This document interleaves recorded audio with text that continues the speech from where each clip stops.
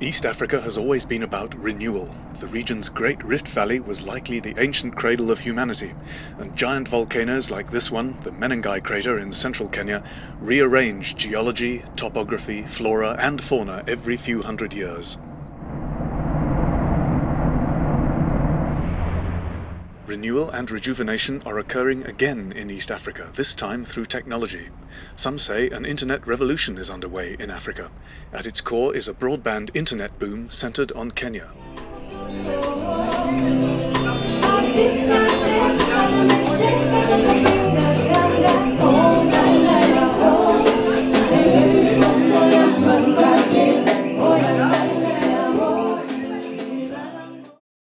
Kenya's geography places it at the hub of East Africa's broadband boom. Its Indian Ocean port city of Mombasa is linked to the various submarine internet cables that connect Africa to Europe and Asia. The Johannesburg-based Development Bank of Southern Africa specializes in financing Africa's information communications technology sector, known for short as the ICT sector, the cables, antennas, dishes and devices that connect people to the internet. We certainly believe that we are about to experience a revolution in Africa in the ICT sector.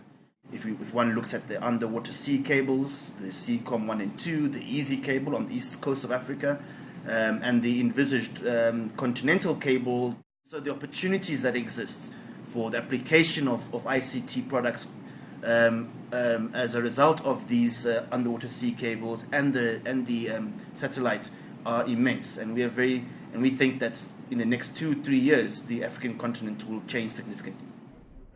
That change is already underway in Kenya, where a drive to establish e-government is moving whole sectors of national administration online. The first phase of investment in the e-government sector was on infrastructure. We have a very robust infrastructure now. Within Nairobi, we have what we call a government core network, which is a fiber optic ring, which covers all the ministries. Then we have done a national fiber optic, which links us to all other counties. That is just the beginning. Kenyans could soon skip a whole generation of standing in line, filling in forms and mailing in checks. Kenya is aiming to govern by mobile phone. What we are busy doing now is to digitize all the registries within the government. And much of these records that we are digitizing, we want applications to mostly run on the mobile platform because it is easily accessible and widely accessible within the country.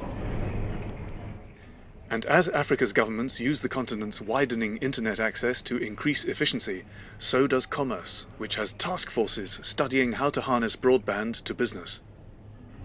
They're looking at how to link farmers to daily prices using access to the internet on their phones.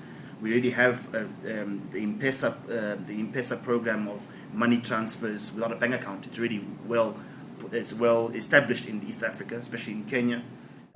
And you're looking at things such as providing up-to-date or real-time fish prices for fishermen through their, so that they understand the market dynamics on a daily basis. And development experts say it's well worth African countries investing in broadband infrastructure as a top priority, even ahead of roads, railways and utilities. That's because information communications technology, or ICT, will ultimately power and enable the other investments.